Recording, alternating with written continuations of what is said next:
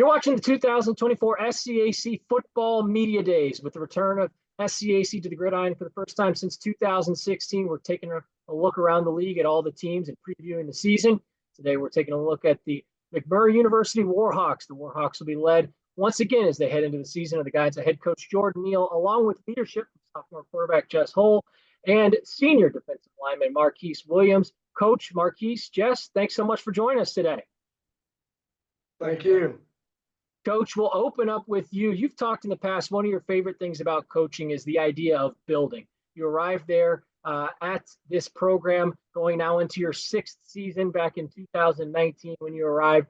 Talk about what you've built. Talk about the program you've put together coming into this sixth season, entering the SCAC. What are you excited about with this group? And just, how pumped are you to be back with the team and it's football time? How excited are you to get going?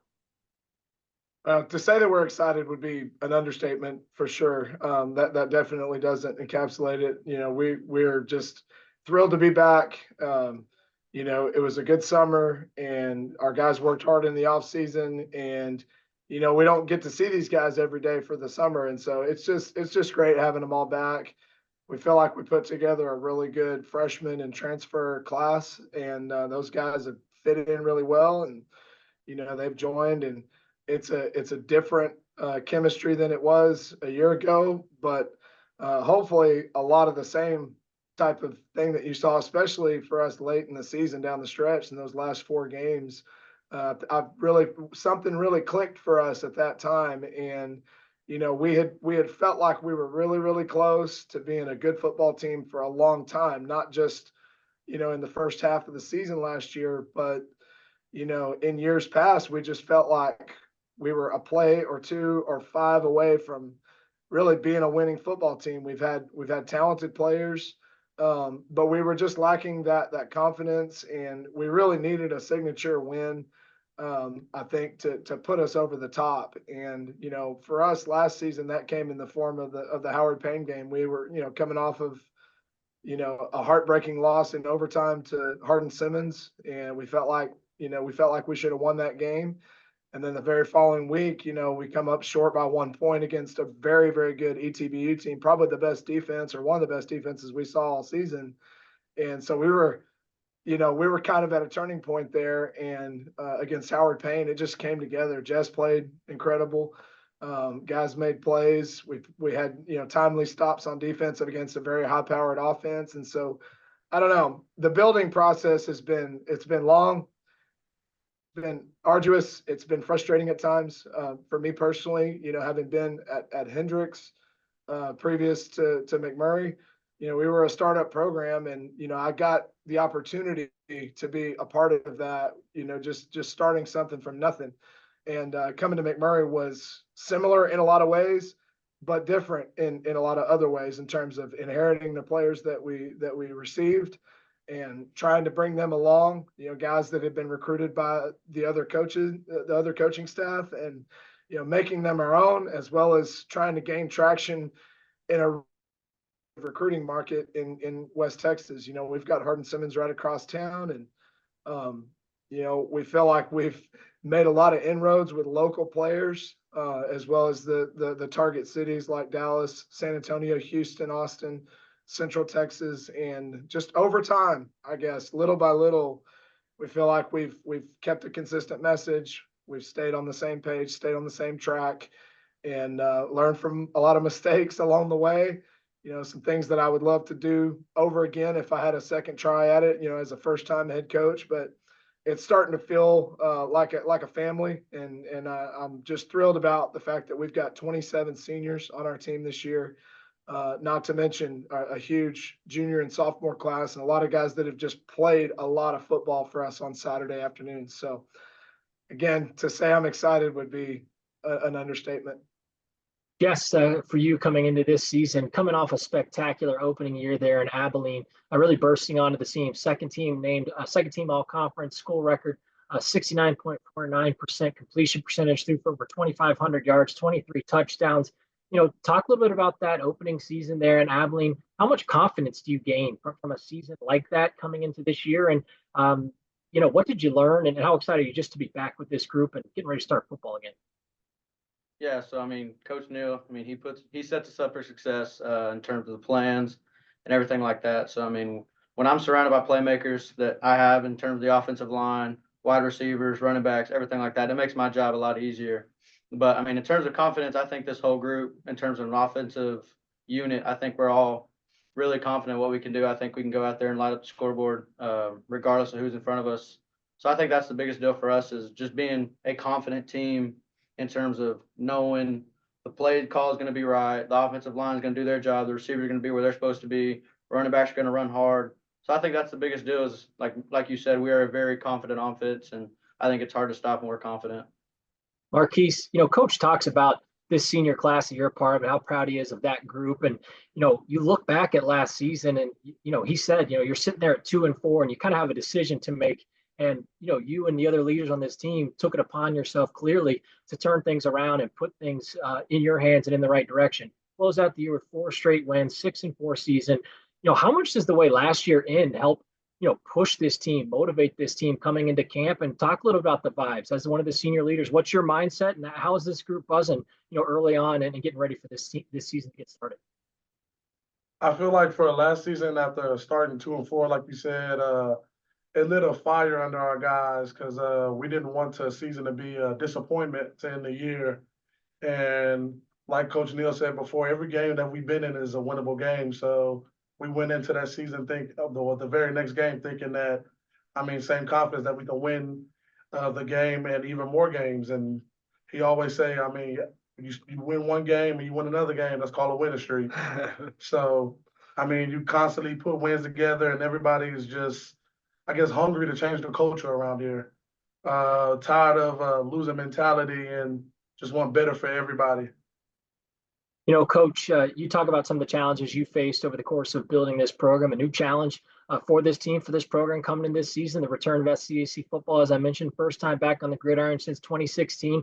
Talk about some of those challenges that you think you're going to face heading into this new SCAC league. And, what does it mean to this program to kind of start this new chapter and head into this season under this SCAC banner? Yeah, I've from the onset in fall camp, I've maintained to our players and to our coaches as well that I think the biggest challenge that we're going to face this year is can we deal with success, and are we going to be a team that was a one hit wonder, a half season wonder from a year ago, or are we going to be able to take another step, like Markeis said, just be more hungry and to dare to do what we, to take the next step and do more. And just knowing that, it's an honor to be picked to win the league. And that's a great sign of, I think the progress that we've truly made in the program. So to be recognized like that, that's humbling and it's exciting. It's a badge of honor, but it's also a target. And we know that people are going to give us their best game.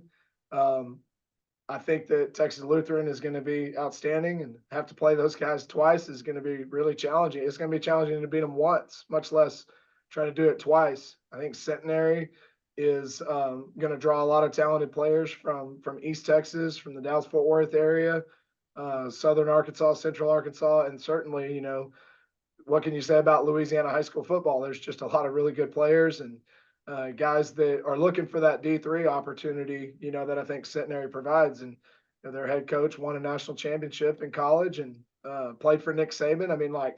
I think they're going to be able to do some things and they'll present some challenges. Tony Joe White up at Austin College, was a part of some great teams at center. And then he built a very, very successful program at Birmingham Southern, who we've lined up against the last 2 years in Arkansas.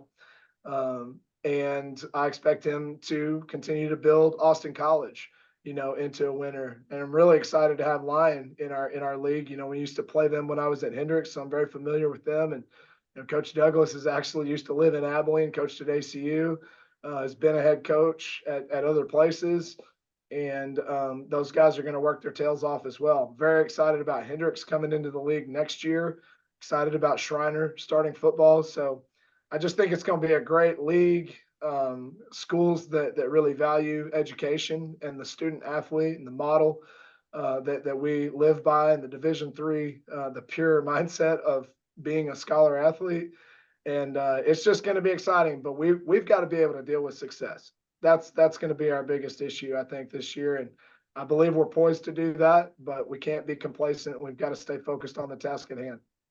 Jess, similarly, just from a student athlete's perspective, coming into the SCAC, what challenges do you feel like that's going to provide for you and the rest of your teammates, just from a student athlete's perspective? And how excited is this group, coming in and opening this new chapter of McMurry football in the SCAC?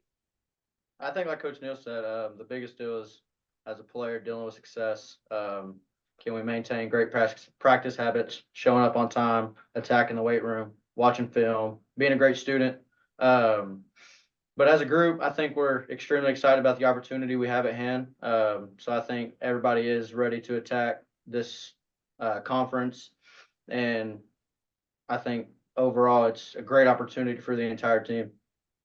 Markeis coming off an outstanding junior campaign on that D-line, a real anchor for this unit, an honorable mention all-conference player from a season ago, 38 tackles, 25 solo tackles, 5.5 tackles for loss, 1.5 sacks, a couple of QB hurries. Just take me through, what that season does for you in terms of your individual confidence, and what have you continued to work on, individually through the course of spring ball this summer to ramp it up and make sure you're as prepared as you possibly can be this go time your senior year. I didn't know he had all those numbers. No, but individually, I mean, of course, I want to do personal goals, but I mean, I'm all in best suit for the team. We got guys who, of course, we have the Dorians and the Canes who start, but we also have, second strings who can also be ones anywhere else, but they're willing to trust the process, as in the Jackson Harrises, the CJ Kids, Jahaden, Rollins, all those kind of guys. Devlin Alford, a guy who goes unnoticed. Just guys who are willing to work, and my secondary, and my linebacking core, who make everything so much easier for us to just say, basically, go rush the quarterback. We got everything in the back end. So, with all those guys believing and instilling confidence in us, it makes our job easier up front.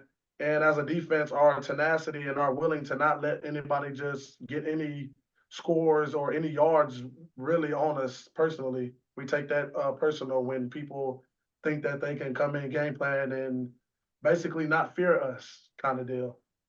Coach, we've talked about some of the challenges. You've talked about the excitement coming to the season. Tell me a little bit about this team. For folks that are going to be seeing McMurry for the first time, don't know what to expect, talk about these three phases in your football team. Talk a little bit about what to expect offensively, defensively, in the kicking game. What are some things you feel like, irregardless of results, fans are going to be able to count on Saturday in, Saturday out with this team? Yeah. Well, I have tremendous confidence in our defense. It really starts with those guys. We've relied on our defense mightily the last 2 years.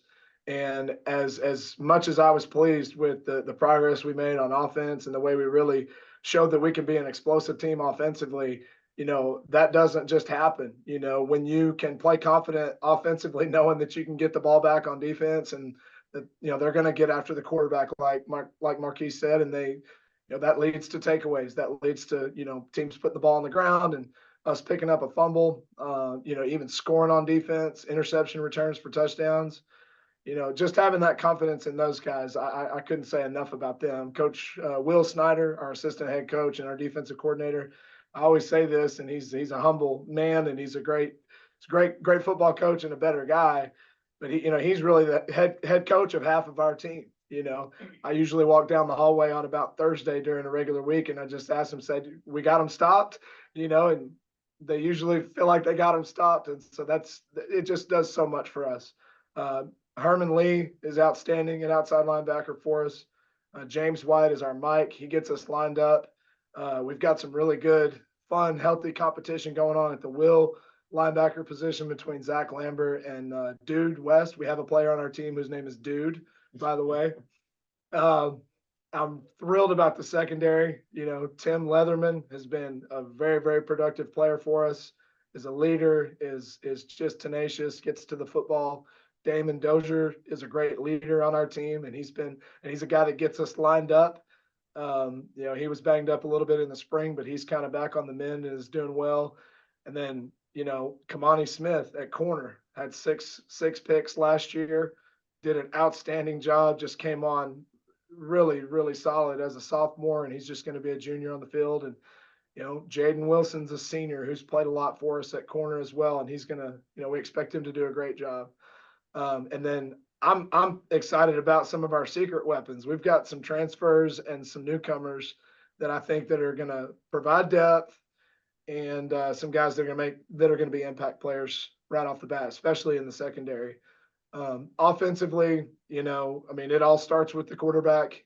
Jess has been an outstanding leader. He's one of the hardest working guys, if not the hardest working guy on our team. No offense, Markeis. Markeis is a really hard worker. But when your quarterback is a guy that you can rely on to lead from the front, that does so much. It gives confidence to your offensive line. Same thing with those receivers. They know that he can distribute the football and disperse it out to the guys that it's supposed to go to. And we're designed to get the ball in the hands of multiple people. Chris Martin, Carmelis Card, Trey Alvarez, Thomas Chandler are kind of first four receivers that we've got. Those guys are as good as anybody. I have great confidence in them. We're a little bit banged up right now, and we have to kind of manage the workload on our receivers, but I have tremendous confidence that we can stretch the field vertically, and we can run a lot of offense because these guys are smart football players. In the backfield, Drew Hagler and Jack Ishmael and Tedrick Williams are three guys that we're going to lean on quite a bit. And the thing that I love about all three of them is they're unselfish, and they can block, and they run tough with the football. They protect the football. They understand where the holes are supposed to hit. And man, they can catch the football out of the backfield. I've always said that if Tedrick Williams or any one of those guys played receiver only, they'd be as good as any of our best receivers. So just feel like we're very versatile. Don't want to not mention the tight ends. Tristan Hall was a freshman that came in and had to play due to injury last season. He came on really, really strong, and I expect him to have an outstanding season. Johnny Rhodes is a senior that's coming back for us. Rhett Ryan is going to give us a real fullback in our offense, which is something that's been missing. And I expect him to be kind of a Swiss Army knife for us and do multiple things from that position. And then really last but not least is our kicking game. We're having to replace Jared Mendoza, who was a 4.5-year starter. He was a COVID redshirt guy. He could put it in the back of the end zone every time on kickoff, and he was pretty automatic within 40 yards in field goals and extra points and so forth. So we've got some competition at the kicker spot. Pablo Cabello is back for us at punter, and he's got a howitzer for a leg. He can really boot it, and I think he's more confident than he's ever been. And just thrilled with the attitude and the enthusiasm of our newcomers, especially guys that want to get down on kickoff and on punt and want to be on those units. So I expect us to be able to create an edge in the kicking game as well. So how's that for all three phases? No, Coach, that's great. It's great hearing all those guys and hearing those names and who's going to be an impact, going into the season. And, just as we kind of wrap things up with student athletes, Coach rips through, those playmakers that are going to be around you making plays throughout the course of the season. Just talk a little about the offense. What are the goals you have with this group coming into the season? You talked about the confidence level they have. What are some of the goals specifically this team really wants to try to do, and what's going to be key in order to execute those heading into the season? I think the biggest deal for us is, like Coach Neal said, we've been able to rely on the defense. At some point, we need to flip the script, and the defense needs to rely on us to score points. They do a great job of keeping people out of the end zone, but at some point, it's our time to just go light up the score. And I think that's our biggest goal, is being a consistent, explosive, high-powered offense to where we can a multiple spread, just distribute the ball down the field. Playmakers like you said, Chris Martin, Trey Alvarez, Thomas Chandler, Carmelis, Drew, all those guys. They make my job a lot easier. And then the guys up front, they do a great job of keeping me upright. They work their tails off, and it's easy when those five are in front of me, like Donnie, Zedestrian, Kobe, Vern, and Jacob Ingram. Those guys do a great job. They work hard. They want to get better. They want to be great. They tell me every practice their biggest goal is to keep me upright. And so when those guys are willing to fight for me like that, it makes my job even that much easier, because I know those five will go down swinging as long as I'm standing up. They're gonna fight and continue to make my job really, really, really simple. Markeis, wrapping up with you, similar question. Coach rips through some of those defensive studs that are going to be on that side of the ball with you. You talked about some of the guys, your peers that are right there next to you making plays. What are some of the goals for this defensive unit? What is going to be key in order of trying to accomplish those goals heading into this year? I think one of the biggest defensive goals is, because last year we had 33 sacks. And so I guess our biggest goal is not getting complacent and not worrying about last year's team or defense. Just continue to strive to get better daily so we can continue to make our mark because, like Coach Neal say all the time, we aren't here yet. We're still trying to get there. So until we're actually here, we're still pushing and striving to be better as a whole team. And so, as a defense, as long as they keep relying on us, even though, like Jess said, they want to light the scoreboard up. But, you can light the scoreboard up and we can also give up no points. So, yes, sir, that's the biggest thing for us. And finally, Coach, as we wrap things up, success in our field can be measured, certainly in so many different ways. There's the black and white measurements of wins, losses, the statistics, and we've talked a lot about that. And, there's successes and measurements beyond the lines of the field, of course. And so when you talk about success with your student athletes with this program, how do you try to deliver that message? What is that message that you try to bring to them? And ultimately, this season looks successful if what plays out for this group in 2024.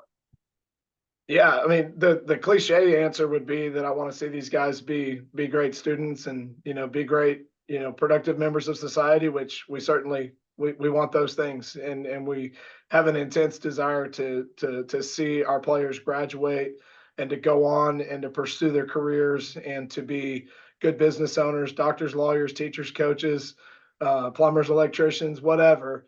But this is an easy question for me to answer because I'm just proud. I'm proud of our players. Markeis he's either at football, he's in class, or he's at work. And he works to make this thing happen for him, for his future family.